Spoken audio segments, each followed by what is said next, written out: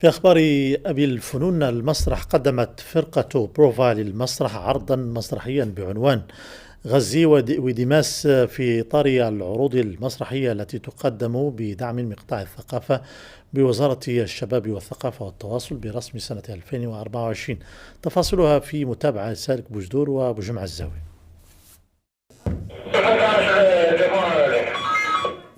غزي وديماس عرض فني وسفر إبداعي في معاني القيم المواطنة ورسم صور التسامح والإخاء ونبذ العنف تتجسد فصولها على خشبة المسرح في قالب فكاهي مسرحي أحاط بأبعاد القيم الإنسانية ومثل التعايش والسلام. هذه المسرحية تجي في إطار تنزيل برنامج التوطين اللي استفدت منه الفرقة بدعم من وزارة الشباب والثقافة والتواصل قطاع الثقافة. والتوطين كيجي في دار الثقافة أم السعد.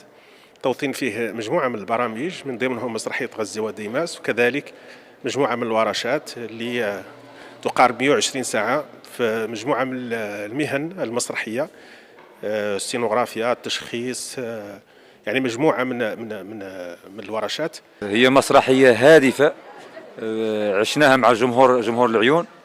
أول شيء كاع في المسرح هو عن منين تلتقى مع جمهورك ويستمتع، هذاك هو النهار الكبير عندنا احنا المسرحيين، ونلتقاو ملي كفنانة مع جمهور من غير الهدف على اللي تناولها المسرحية. هي شنو نقول لك، هي فيها رسالة قوية من قد عن التسامح بين الشعوب خير من المشاكل. الحمد لله اليوم عرفت العرض الثاني في الجهة، وإن شاء الله مقرر على أنه يعد لها جولة مسرحية فنية بجميع الأقاليم الصحراوية وكذلك بالجهات أخرى إن شاء الله. هذه المسرحية اللي عرفت إقبال جماهيري كبير والناس عجبها العرض، نتمنى إن شاء الله في القادم العروض على أنه يكون إقبال الجمهور وإن شاء الله تعجب الجمهور كامل.